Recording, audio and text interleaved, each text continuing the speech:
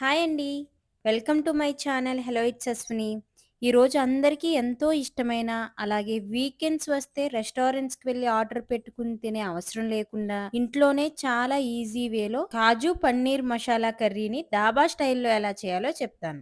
ఈ కర్రీని చపాతీ, నాన్స్, రోటీస్ అలాగే రైస్‌లో తిన్నా కూడా టేస్ట్ చాలా బాగుంటుంది. ముందుగా దీనికోసం 200 గ్రామ్స్ పన్నీర్ ముక్కలను తీసుకుందాము. ఈ పన్నీర్ ముక్కలను ఈక్వల్‌గా క్యూబ్స్ వచ్చేలా కట్ చేసుకోవాలి. ఇప్పుడు 2 మీడియం సైజ్ ఆనియన్స్ తీసుకొని ఇలా పెద్ద పెద్ద ముక్కల్లా కట్ చేసుకొని మిక్సీ జార్‌లో వేసుకోవాలి. ఇప్పుడు మిక్సీని జస్ట్ 6-7 సెకండ్స్ వరకు క్రష్ చేసుకుంటే సరిపోతుంది. ఎక్కువ మిక్సీ పడితే ఆనియన్ పేస్ట్‌లా అయిపోతుంది. ఇప్పుడు దీన్ని బౌల్‌లో తీసి పక్కన పెట్టుకుందాం. ఇప్పుడు 2 టమోటాలు తీసుకొని ఇలా పొడవుగా కట్ చేసుకొని అదే జార్‌లో వేసుకొని దీనిలోనే 10 జీడిపప్పులు, అలాగే దాల్చిన చెక్క, 4 లవంగాలు, 3 యాలకులు కూడా వేసుకొని గ్రైండ్ చేసుకోవాలి. ఈ టమోటా పేస్ట్ బాగా సాఫ్ట్‌గా మెత్తని పేస్ట్‌లా చేసుకుంటే టేస్ట్ చాలా బాగా వస్తుందండి. ఇప్పుడు స్టవ్ ఆన్ చేసి పాన్ పెట్టుకుని బటర్ గానీ లేదా 2 టేబుల్ స్పూన్స్ ఆఫ్ ఆయిల్ కానీ వేసుకుని హీట్ అయ్యాక మనం కట్ చేసుకున్న పన్నీర్ ముక్కలను కూడా వేసుకుని ఫ్రై చేసుకోవాలి. వీటిని లో టు మీడియం ఫ్లేమ్‌లో పెట్టుకుని ఫ్రై చేసుకోవాలి. ఇలా కలర్ వచ్చిన తర్వాత ఒక బౌల్‌లో వేసుకుని పక్కన ఉంచుకుందాం. ఇప్పుడు అదే ఆయిల్‌లో 10-15 జీడిపప్పులు కూడా వేసుకుని ఫ్రై చేసుకుందాం. ఈ జీడిపప్పులు మంచి కలర్ వచ్చే వరకు ఫ్రై చేసుకొని పక్కన పెట్టుకుందాం. ఇప్పుడు అదే ఆయిల్‌లో 2 బిర్యానీ ఆకులు, అనాస పువ్వు, హాఫ్ టేబుల్ స్పూన్ జీలకర్ర వేసుకొని కొద్దిగా ఫ్రై చేసుకోవాలి. దీనిలో ఇప్పుడు ముందుగా మనం గ్రైండ్ చేసుకొని పెట్టుకున్న ఆనియన్ పేస్ట్‌ని కూడా వేసుకొని, అలాగే 3 పచ్చిమిర్చి వేసుకొని లో టు మీడియం ఫ్లేమ్ మీద ఫ్రై చేసుకోవాలి. 2 మినిట్స్ ఫ్రై అయ్యాక 1 టేబుల్ స్పూన్ ఫ్రెష్ అల్లం వెల్లుల్లి పేస్ట్‌ని వేసుకుందాము. ఈ అల్లం వెల్లుల్లి పేస్ట్ పచ్చి వాసన పోయేంత వరకు కలుపుకోవాలి.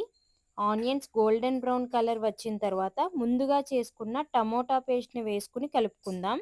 ఇప్పుడు దీన్ని లో టు మీడియం ఫ్లేమ్‌లో పెట్టుకొని కలుపుకుంటూ 5 మినిట్స్ మూత పెట్టి ఉడికించుకోవాలి. ఈ కన్సిస్టెన్సీని ఎంత చక్కగా నెమ్మదిగా ఉడికించుకుంటే అంత చక్కగా టేస్ట్ అనేది వస్తుందండి. చూడండి, ఆయిల్ పైకి తేలింది కదా!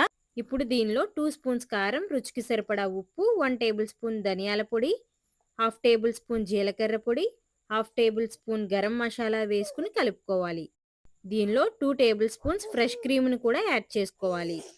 మీ దగ్గర ఫ్రెష్ క్రీమ్ అవైలబుల్‌గా లేకపోతే 2 స్పూన్స్ ఫ్రెష్ పెరుగుని తీసుకొని, పెరుగుని స్పూన్‌తో సాఫ్ట్‌గా అయ్యేంత వరకు కలుపుకొని ఈ కర్రీలో యాడ్ చేసుకోవచ్చు. ఇప్పుడు 1 మినిట్ ఉడికిన తర్వాత ఒక కప్పు వాటర్‌ని యాడ్ చేసుకోవాలి. మీకు గ్రేవీ పలచగా కావాలి అనుకుంటే 1 ½ కప్పు వాటర్ యాడ్ చేసుకోవచ్చు. ఇప్పుడు మూత పెట్టుకుని మధ్య మధ్యలో కలుపుకుంటూ 5 మినిట్స్ ఉడికించుకోవాలి. ఇప్పుడు దీనిలో మనం ఫ్రై చేసుకున్న పన్నీర్ ముక్కల్ని వేసుకొని కలుపుకొని, దీనిలోనే ఫ్రై చేసుకున్న కాజు కూడా వేసుకొని కలిపి మూత పెట్టి కర్రీ దగ్గర పడే వరకు ఉడికించుకోవాలి.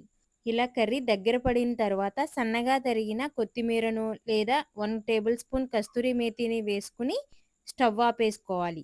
అంతేనండి. ఇంట్లోనే చాలా ఈజీగా డాబా స్టైల్‌లో మనం కాజు పన్నీర్ మసాలా కర్రీ తయారు చేసేసుకోవచ్చు. మీరు కూడా సేమ్ నేను చెప్పిన కొలతల్లో ట్రై చేయండి. చాలా టేస్టీగా వస్తుంది ఈ కర్రీ. ఈ కర్రీని పర్సనల్‌గా నాకైతే చపాతీలో, అలాగే నాన్‌లో వేసుకొని తింటే నాకు చాలా నచ్చుతుందండి.